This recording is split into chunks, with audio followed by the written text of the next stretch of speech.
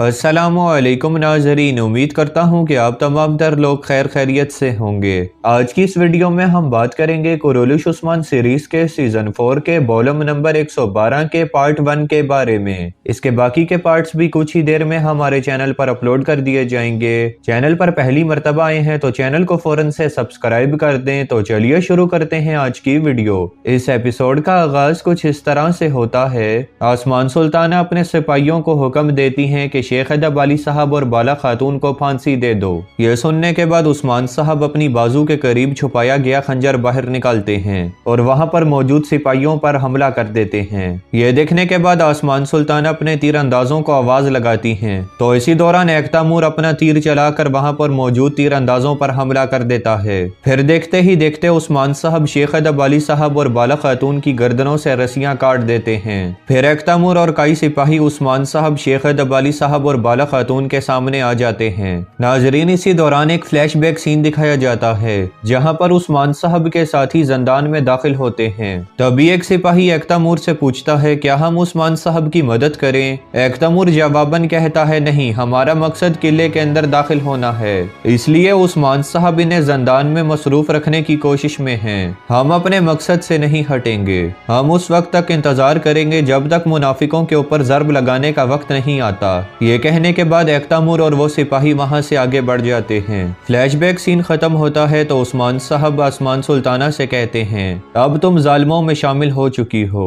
और यकीनन तुमसे इसका हिसाब भी जरूर लिया जाएगा, लेकिन तुम्हारे अलावा कोई और भी है जिनसे सख्त हिसाब लिया जाएगा और वो लोग हैं जो कि तुम्हारे सामने खड़े होकर ये सब कुछ होता हुआ देख रहे थे। ये कहने के बाद उस्मान साहब सरदारान की जानिब देखने लग जाते हैं और आसमान सुल्ताना से कहते हैं तुम्हारे साथ साथ इनसे भी सख्त हिसाब लिया जाएगा। ये तमाम तर बातें सुनने के बाद आसमान सुल्ताना कहती हैं उस्मान, जब ये तीर चलाए जाएंगे तो तुम्हारा दिल फट जाएगा और मेरे बेटे सुल्तान अलाउद्दीन के आने पर मैं तुम सभी के सर कलम कर दूंगी। और उस्मान, याद रखना कि मैं तुम्हारे कटे हुए सर को तमाम कबाइल में भिजवाऊंगी ताकि सभी लोग तुम्हें देखकर इबरत का निशान बने। उस्मान साहब इस पर कहते हैं चाहे जो कोई मर्जी आ जाए, अगर आज हम में से किसी एक का भी सर इस जमीन पर गिरने वाला है तो हम सब इसके लिए तैयार हैं। फैसला आपके हाथों में है वालिदा सुल्ताना। आसमान सुल्ताना इस पर कहती हैं तुम में से कोई एक भी इस किले से बाहर जिंदा नहीं जा सकता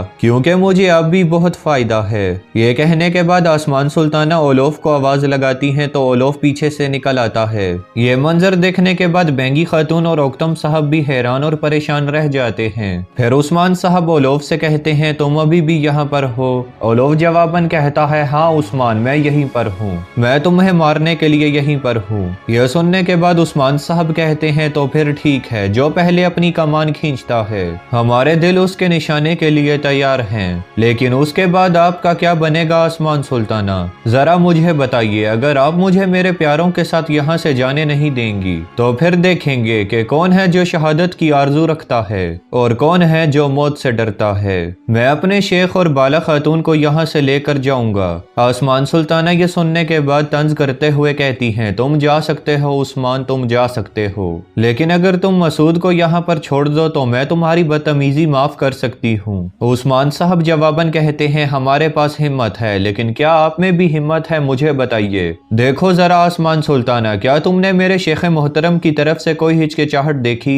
और इसके साथ साथ मेरी बीवी बाला को भी देखो, क्या इनमें से किसी ने तुमसे अपनी जान की भीख मांगी? और एक नजर मेरी तरफ और मेरे जंगजुओं की तरफ भी देखो, हम सभी की आंखों में देखो जो कि मौत से हरगिज नहीं डरती। हमारी तरफ देखो ताकि तुम्हें तुम्हारी मौत याद आ सके। ये तमाम तर बातें सुनने के बाद आसमान सुल्ताना मुस्कुराते हुए कहती हैं उस्मान, मैं तुम्हारे पुराने दुश्मनों की तरह नहीं हूँ जो कि तुमसे डर जाऊंगी, मैं तुम्हारा डट कर मुकाबला करने वालों में से हूँ। अभी ये बातचीत जारी होती है, इसी दौरान वहाँ पर एक सिपाही आकर कहता है सुल्तान अलाउद्दीन तशरीफ ला रहे हैं। फिर आसमान सुल्ताना उस्मान साहब से कहती हैं क्या तुमने सुना उस्मान, तुम्हारी मौत का फरमान आ रहा है। फिर देखते ही देखते सुल्तान अलाउद्दीन अपने सिपाहियों के साथ वहां पर आ पहुंचते हैं और साथ ही कुज़ेन्योस भी अपने सिपाहियों के साथ वहां पर पहुंचता है। फिर वो दोनों अपने अपने घोड़ों से उतरकर एक साथ खड़े हो जाते हैं। ये देखने के बाद आसमान सुल्ताना कहती हैं अब तुम क्या करोगे उस्मान। इधर दूसरी तरफ येनिशेर में कुमराल अब्दाल साहब मरीजों का इलाज कर रहे होते हैं और वहां पर मुसलसल लोगों की जानें जा रही थीं। ये देखने के बाद मलहून खातून कहती हैं, कुमराल अब्दाल साहब, दिन ब दिन मरने वाले लोगों की तादाद बढ़ती चली जा रही है, कि आपकी दवा इस पर असर करेंगी? यह सुनने के बाद कुमराल अब्दाल साहब कहते हैं, मेरी दवाइयाँ कमजोर लोगों के ऊपर असर नहीं करेंगी, लेकिन जो लोग मजबूत हैं उन पर जहर के असर को कम कर सकती हैं। अगर हमें जहर के बारे में मालूमात हासिल ना हो सकी तो हम कभी भी इसका तरियाग नहीं बना पाएंगे। यह सुनने के बाद मलहून खातून कहती हैं, मैं जानती हूँ कि यहाँ पर यह जहर कौन लाई है, वो लड़की मारता, उसके अलावा ऐसा कोई भी नहीं कर सकता।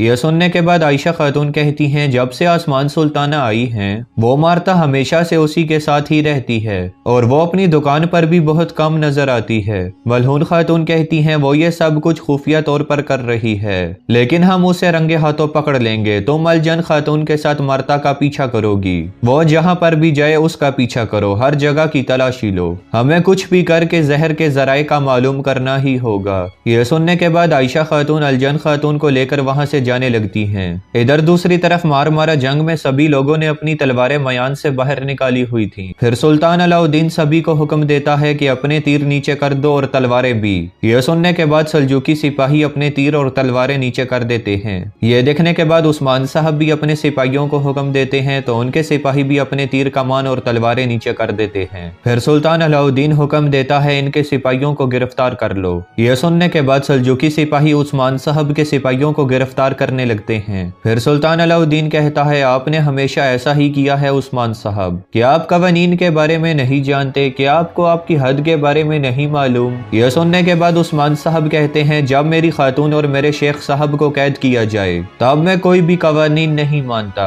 यह सुनने के बाद सुल्तान अलाउद्दीन कहता है, अगर हमने अपनी आंखों से ना देखा होता उस्मान साहब और हमें मालूम ना होता कि आपने क्या किया है, तब भी हमें आपके हाल पर अफसोस होता उस्मान साहब। नाजरीन, इसके बाद सल्जूकी सिपाही उस्मान साहब के सिपाहियों को वहां से ले जाने लगते हैं। फिर आसमान सुल्ताना सुल्तान अलाउद्दीन से कहती हैं, खुशामदीद मेरे सुल्तान, अब तो आपने तमाम सूरत हाल ही देख ली होगी। सुल्तान अलाउद्दीन जवाबन कहते हैं, जी हाँ वालिदा, मैंने देख लिया, लेकिन आप लोगों को शेख अदब अली साहब के साथ ऐसा रवैया बिल्कुल भी इख्तियार नहीं करना चाहिए था, लेकिन उस्मान और इसकी बीवी बाला खातून का जुर्म तो वाजे है। यह सुनने के बाद कुजिनोस भी कहता है, मेरे सुल्तान, जैसा कि आपने कहा है कि इनका जुर्म वाजे है, इनने सिर्फ कोनिया ही नहीं बल्कि बाज़ंतीन के खिलाफ भी बहुत से जराइम किए हैं, इन्हें पहले मेरी अदालत में पेश किया जाएगा।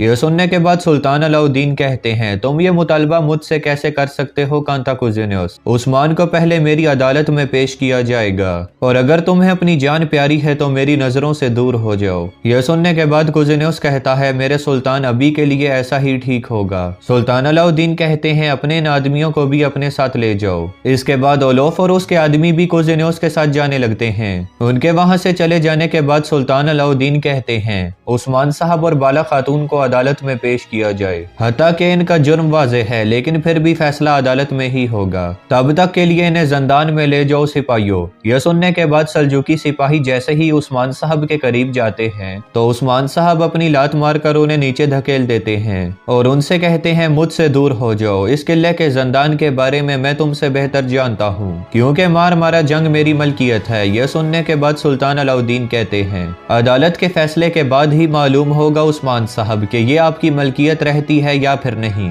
यह सुनने के बाद उस्मान साहब सुल्तान अलाउद्दीन के करीब आ जाते हैं और कहते हैं, ये दुनिया फानी है। फिर उस्मान साहब आसमान सुल्ताना की जानिब भी देख कर कहते हैं, ये दुनिया सब के लिए फानी है। इसके बाद सल्जूकी सिपाही उस्मान साहब और बाला खातून को वहां से ले जाने लगते हैं और फिर सुल्तान अलाउद्दीन भी वहां से चले जाते हैं। उनके वहां से चले जाने के बाद बेंगी खातून आसमान सुल्ताना के पास आकर उनसे कहती हैं, ओलोफ यहाँ पर क्या कर रहा था आसमान सुल्ताना, वो कुत्ता मेरे भाई का कातिल है। यह सुनने के बाद आसमान सुल्ताना जवाबन कहती हैं, ये जगह ऐसी बात करने के काबिल नहीं, मेरे साथ आइए बेंगी खातून। इधर दूसरी तरफ येनी शहर में मुसलसल लोगों की अमवात हो रही थी। कुमराल अब्दाल साहब एक मरीज शख्स के पास आते हैं और उससे पूछते हैं, मेरे भाई, तुम्हें यह मर्ज कब से हुआ? वो शख्स जवाबन कहता है, मुझे कुछ दिन पहले ही ऐसा होने लगा, इससे पहले मैं बिल्कुल ठीक था, मुझे कुछ भी नहीं था। यह सुनने के बाद कुमराल अब्दाल साहब उससे कहते हैं, अंदर चलो, मैं तुम्हारे जख्म का मुआयना करता हूँ। फिर वो दोनों अंदर चले जाते हैं। ये तमाम तर मंजर देखने के बाद मलहून खातून भी कहती हैं, यह मर्ज तो पूरे बाजार में फैल गया है।